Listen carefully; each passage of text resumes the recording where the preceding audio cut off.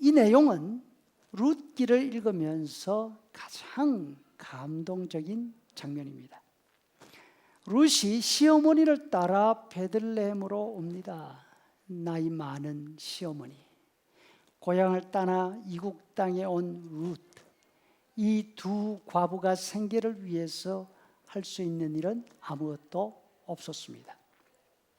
가지고 있던 전답은 기근을 피해 모압으로 이민 갈 때 다 팔아버렸습니다.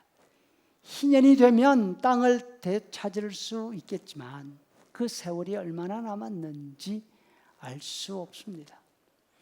그렇다고 나 살자고 등지고 떠난 고향에 돌아와서 친척을 찾아갈 수도 없었습니다. 내 땅 찾아달라고 부탁하기에는 더 민망했을 것입니다. 룻의 경우 모압에서 어떤 형편에 있었는지 알 수 없습니다. 하지만 자기 민족이 아니라 갓 이민 온 다른 가정 남자에게 시집을 간 것을 미루어 볼 때 나름대로 이유가 있었을 것입니다.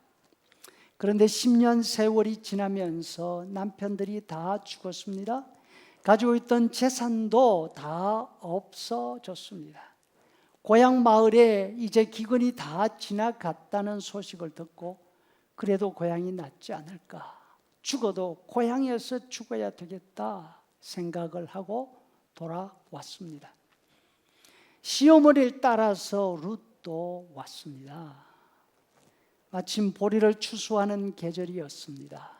이스라엘에는 가난한 고아와 과부를 위해서 허락되어 있는 일이 있었습니다.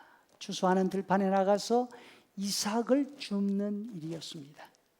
룻은 어머니의 허락을 받고 무작정 들로 나갑니다. 다행히 마음씨 좋은 주인을 만났습니다. 눈치 보지 않고 이삭을 줄 수 있도록 배려해 주었습니다. 일부러 보리단에서 이삭을 흘려주기까지 했습니다. 저녁이 되었습니다. 하루 종일 주운 이삭을 떨어보니까 한 에바가 되었습니다. 대두로 한 마리입니다. 그것을 가지고 마을로 돌아왔습니다. 가장 먼저 한 일은 자신이 주워 타작한 보리를 시어머니에게 보여드리는 일이었습니다. 이때 룻의 마음이 어땠을까요?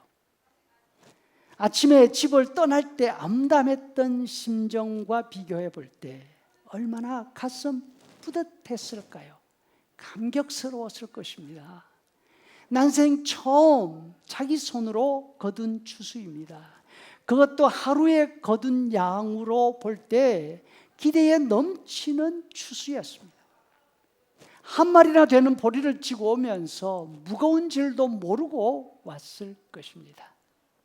한없이 내려만 가던 삶이 이제 올라가기 시작합니다. 내 손으로 새로운 일을 시작할 수 있게 되었습니다. 하지만 불만을 하려고 한다면 이유가 없는 것 아니었을 것입니다. 자신이 하루 종일 일한 그 들판, 그 타작마당에 비하면 자신이 주운 이삭은 아무것도 아니었을 것입니다. 들판에 여기저기 일꾼들이 쌓아놓은 벽가리들, 산더미 같은 벽가리들을 보고 하루를 보냈지 않습니까? 또 추수하는 사람들을 위해서 들판에 임시로 쳐놓은 천막까지도 자신이 머물고 있는 집에 비하면 비교도 되지 않을 만큼 좋았을 것입니다.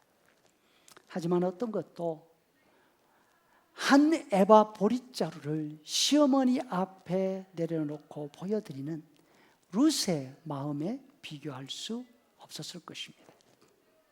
보리자루를 본 나오미가 깜짝 놀랍니다. 도대체 어디서 이 많은 곡식을 주었니? 너를 돌보아준 그 사람 정말로 복받을 사람이구나.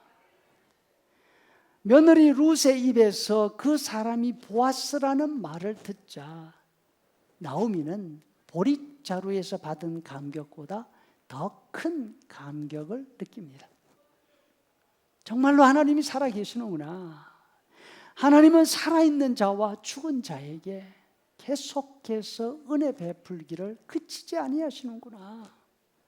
성도 여러분, 작은 것에서 은혜를 발견하고 감사하면 앞으로 하나님이 해 가실 더 큰 일들을 보게 될 것입니다.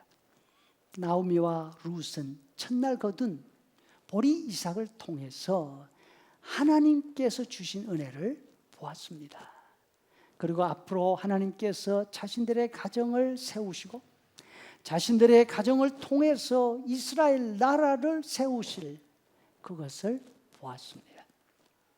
이번 한 주간 힘들었던 한 해 동안 받은 여러 은혜에 감사하는 마음이 풍성할 수 있기를 바랍니다. 그리고 내년에 주실 더 큰 은혜를 기대하며 하나님을 더욱 힘있게 의지할 수 있기를 간절히 소원합니다.